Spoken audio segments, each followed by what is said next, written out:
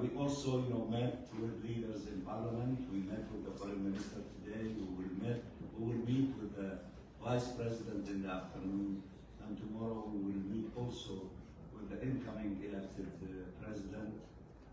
We are meeting with also civil society organizations, think tank, and the Council of Ambassadors of ASEAN. So in the 2 days and a half, we will be covering a lot of mileage. In these meetings, we had very constructive discussion about our collective responsibility for putting an end to this war of genocide against the Palestinian people, particularly in the Gaza Strip, for the last 9 months.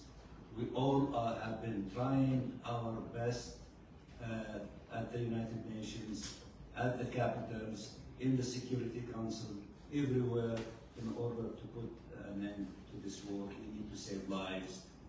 Those who were killed, Allah yarhamhum, may God bless them. We cannot bring them back to life.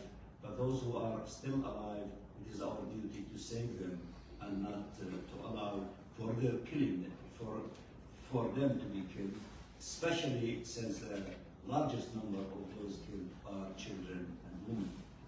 So therefore, we discussed, as I said, that top priority, also helping the Palestinian people to the scale that they need in terms of humanitarian assistance. So we discussed issues related to investing in peace, investing in two-state solution, by having more countries recognizing the state of Palestine and admitting the state of Palestine to membership.